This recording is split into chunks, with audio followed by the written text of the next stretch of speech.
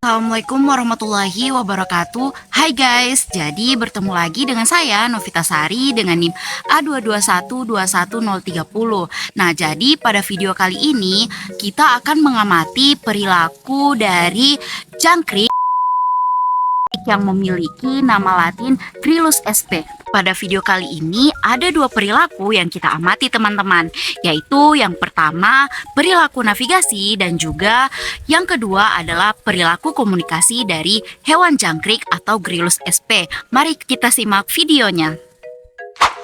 Apakah teman-teman sudah tidak asing lagi untuk mendengar suara nyaring ini pada saat malam hari? Yap, benar sekali teman-teman. Jadi, suara nyaring yang biasanya kita dengar pada saat malam hari ini adalah suara yang dihasilkan dari salah satu hewan yang dianggap sebagai salah satu hewan yang paling berisik di bumi, adalah jangkrik. Nah, di dalam taksonomi hewan, jangkrik ini merupakan salah satu hewan yang berasal dari famili Gryllidae yang menjadi anggota ordo Orthoptera. Nah, jangkrik merupakan serangga yang berkerabat dengan belalang dan kecoa. Nah, jangkrik ini juga dikenal dengan suaranya yang khas, yang mana suara ini hanya dihasilkan oleh jangkrik jantan, sementara jangkrik betina tidak menghasilkan suara. Nah, jangkrik adalah salah satu hewan nokturnal yang menggunakan berbagai cara untuk menavigasi dan berkomunikasi dalam lingkungannya. Nah, pada perilaku navigasi, meskipun jangkrik ini merupakan salah satu serangga kecil, hewan ini memiliki kemampuan navigasi yang cukup kompleks. Nah, mereka dapat menggunakan berbagai petunjuk untuk menemukan jalan mereka, termasuk melalui petunjuk visual, petunjuk kimia, dan juga petunjuk mekanik. Nah, pada petunjuk visual, jangkrik memiliki mata majemuk yang besar dengan bidang pandang yang luas, sehingga hewan ini dapat menggunakan penglihatan mereka untuk mendeteksi landmark atau wilayah seperti pepohonan, bangunan, dan sumber cahaya. Nah, pada petunjuk visual menggunakan matahari, jangkrik ini dapat menggunakan posisi matahari untuk berorientasi.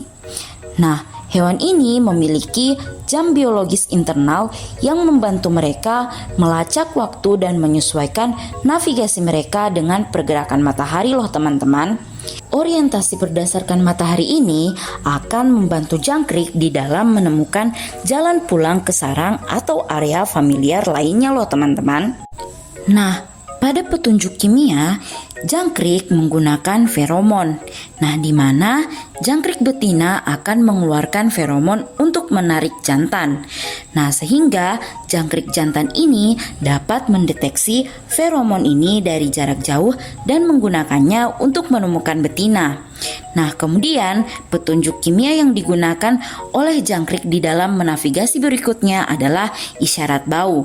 Nah, di mana jangkrik juga dapat menggunakan isyarat bau untuk menemukan makanan, tempat berlindung, dan juga pasangan. Nah, pada petunjuk mekanik, jangkrik akan menggunakan antena mereka, di mana jangkrik memiliki antena yang sensitif yang mereka gunakan untuk mendeteksi perubahan di lingkungan mereka. Nah, kemudian antena ini dapat membantu mereka menemukan jalan di sekitar rintangan dan menemukan sumber makanan loh teman-teman. Kemudian, pada petunjuk mekanik yang digunakan hewan jangkrik untuk menavigasi adalah sistem mekanoreseptor, di mana jangkrik ini memiliki sistem mekanoreseptor yang memungkinkan mereka untuk merasakan getaran dan perubahan tekanan. Nah, sistem ini dapat membantu mereka untuk menghindari predator dan menemukan jalan di sekitar rintangan. Beberapa fakta menarik tentang navigasi dari hewan jangkrik ini sendiri. Nah, di mana jangkrik dapat melakukan perjalanan jauh, bahkan beberapa spesies dapat bermigrasi ratusan kilometer loh teman-teman. Wow. Kemudian, jangkrik ini dapat menemukan jalan kembali ke sarang mereka bahkan setelah mereka dipindahkan ke lokasi yang jauh.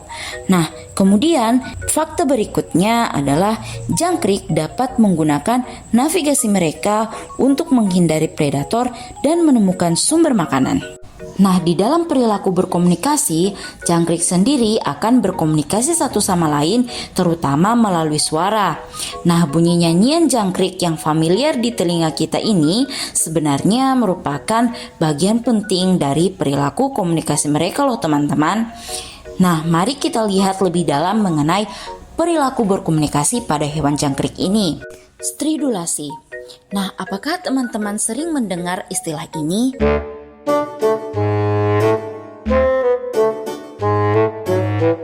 Nah, jadi stridulasi atau mengerik adalah suatu tindakan penghasilan suara dengan menggesekkan bagian tubuh tertentu pada hewan. Nah, pada hewan jangkrik sendiri, terkhususnya jangkrik jantan akan menghasilkan suara dengan cara menggosokkan tonjolan pada satu sayap depan ke gigi pada sayap depan lainnya. Nah, proses inilah yang disebut dengan stridulasi. Nah, nyanyian jangkrik jantan ini memiliki pola dan frekuensi tertentu yang digunakan untuk menarik pasangan, di mana betina jangkrik akan memilih pasangan berdasarkan kualitas nyanyian jantan, di mana jantan dengan nyanyian yang lebih keras, kemudian lebih kompleks, dan juga lebih konsisten biasanya lebih menarik bagi wanita. Kemudian, stridulasi dari jangkrik jantan ini juga berfungsi untuk mendefinisikan wilayah mereka dan memperingatkan jantan lain agar menjauh dari wilayah mereka. Nah, kemudian stridulasi ini juga digunakan oleh betina untuk memberikan tanggapan pada suatu fenomena, di mana jangkrik betina dapat menghasilkan suara dengan cara menggosokkan kakinya bersama-sama. Namun, suara yang dihasilkan oleh betina ini biasanya lebih lemah dan lebih pendek daripada nyanyian jangkrik jantan. Nah, betina akan menggunakan suaranya atau stridulasinya untuk menanggapi jantan, di mana betina dapat mengeluarkan suara sebagai tanda bahwa mereka tertarik pada nyanyian jantan tertentu. Kemudian, suara ini juga digunakan untuk menolak jantan, di mana betina juga dapat menggunakan suara untuk menolak jantan yang tidak mereka sukai. Meskipun suara adalah cara utama bagi jangkrik untuk berkomunikasi, mereka juga menggunakan isyarat lain loh teman-teman, seperti gerakan tubuh, di mana jangkrik jantan terkadang akan mengangkat sayap mereka atau menggerakkan perut mereka untuk menarik perhatian betina. Kemudian, jangkrik juga menggunakan feromon.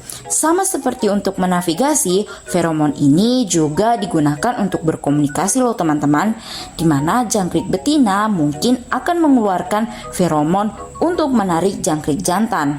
Nah, jadi komunikasi pada jangkrik ini didominasi oleh nyanyian jantan yang rumit. Suara ini penting untuk menarik pasangan, kemudian mempertahankan wilayah, dan secara keseluruhan akan membantu kelangsungan hidup dan reproduksi dari jangkrik itu sendiri. Nah, itulah tadi video pembahasan mengenai perilaku jangkrik, yaitu perilaku navigasi dan juga perilaku komunikasi. Sekian video kali ini. Mohon maaf apabila ada salah kata. Wabillahi taufiq wal hidayah. Wassalamualaikum warahmatullahi wabarakatuh.